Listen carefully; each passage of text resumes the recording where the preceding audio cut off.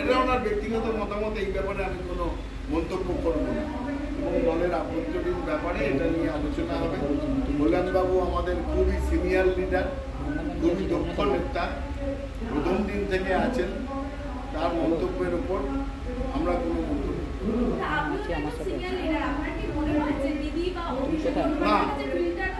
না, এরকম নয়। দিদি বা অভিষেক দুজনেই এমন ব্যক্তিত্ব নন যে তারা যে খবর পৌঁছচ্ছে, ইনফরমেশন পৌঁছচ্ছে, সেটা ফিল্টার না আনফিল্টার, সত্য না মিথ্যে, তার তফাৎ বুঝতে পারবেন না।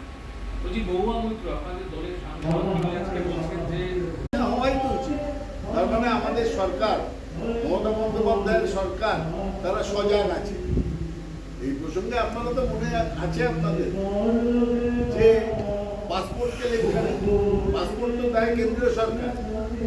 হঠাৎ জানা যায় যে কত শত পাসপোর্ট জাল তৈরি হয়েছে।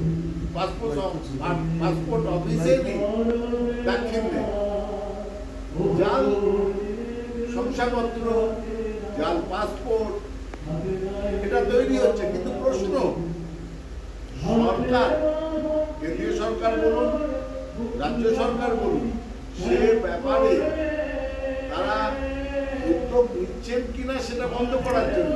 আপনি যে ঘটনাটা বললেন, তাতে রাজ্য সরকার দ্রুততার সঙ্গে, সততার সঙ্গে উদ্যোগ নিয়েছে। যখনই চোখে পড়েছে, ধরা পড়েছে, ব্যাপার স্থানীয় পুলিশ দেখে নেবে ব্যাপারটা। এই যে এখনো ভোট অনেকটা দেরি, তার আগে এই সমবায় নির্বাচন নিয়েই এরকম ধুমধুমার, এটা কি অনেক নির্বাচনে, সমবায়ের ক্ষেত্রে অনেক নির্বাচনে বাম, কোথাও বিজেপি জয়লাভ করছে, সেই জন্যই কি এই ধরনের আক্রমণ? না না, এরকম কোনো ব্যাপার নেই। যদি দেখেন সমবায়ের ইলেকশন সারা পশ্চিমবঙ্গ জুড়ে নির্বিঘ্নে নির্বাচন হচ্ছে। কোথাও বেশিরভাগ জায়গায় তৃণমূল কংগ্রেস জিতছে, কোথাও বিজেপি, বা কোথাও দেখা যাচ্ছে সিপিএম জিতছে। কিন্তু সমস্ত জায়গায় তৃণমূল কংগ্রেস জিতছে, অধিকাংশ জায়গায় তৃণমূল কংগ্রেস জিতছে।